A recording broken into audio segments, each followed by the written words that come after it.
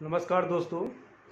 आज एक हम कंपनी की बात कर रहे हैं जो सोलर एनर्जी पे काम करती है और इस कंपनी की स्थापना 1995 में हैदराबाद के तेलंगाना में हुई थी और ये इंटीग्रेटेड सोलर सिस्टम पे काम करती है।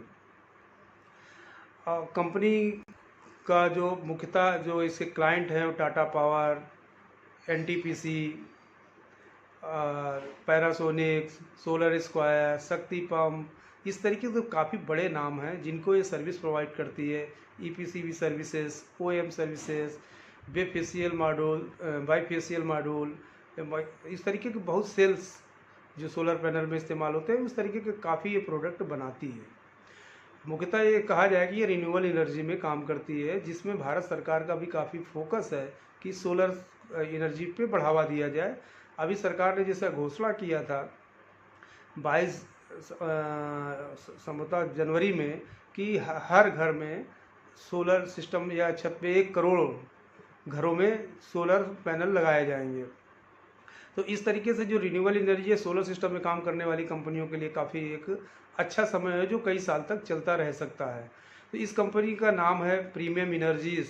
इस कंपनी के बारे में आज हम क्यों बात कर रहे हैं, चूँकि कंपनी अपना एक आईपीओ लेकर के आई है जो 27 अगस्त से 29 अगस्त के बीच में ओपन रहेगा और इस आईपीओ की जो एक कटअप प्राइस है वो 450 रुपये है और 33 शेयर का एक लॉट रहेगा।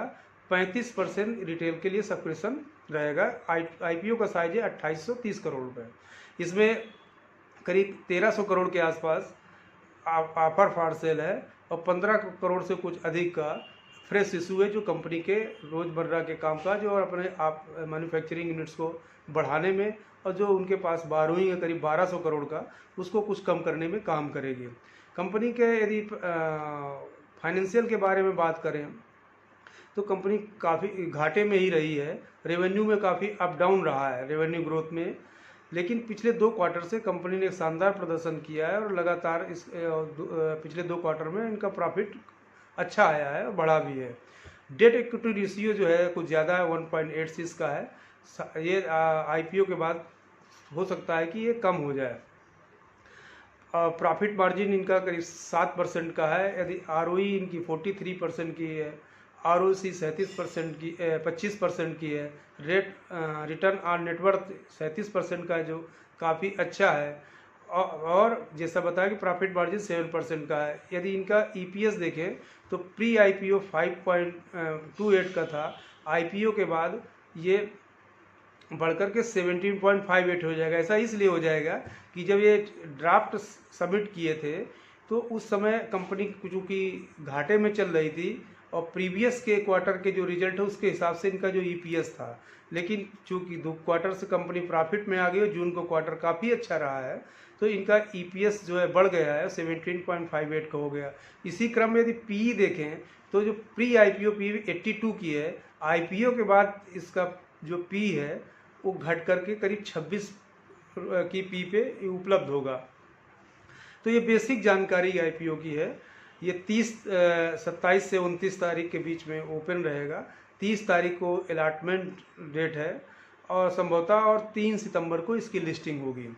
अब सबसे बड़ा सवाल रहता है कि आईपीओ में पैसा लगाएं, क्या लिस्टिंग गेन मिल सकता है कि नहीं मिल सकता है। तो लिस्टिंग गेन का यदि हम देखते हैं तो जीएमपी में करीब 300 रुपये है, करीब 70% के आसपास इसका जीएमपी चल रहा है। जीएमपी डेली का डेली या हर 2 घंटे में बदलता रहता है।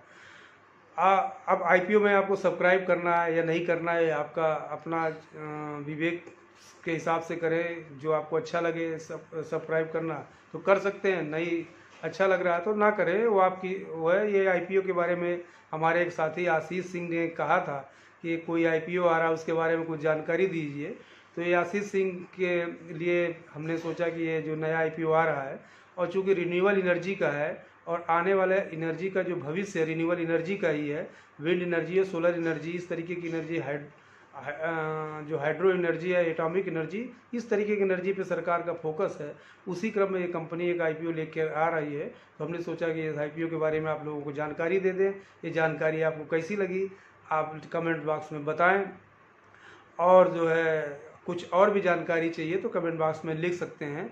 तो ये आईपीओ प्रीमियम एनर्जीज का एक बार ध्यान रहे कि 27 से 29 के बीच में ओपन रहेगा। इसी के दौरान आपको सब्सक्रिप्शन करना है।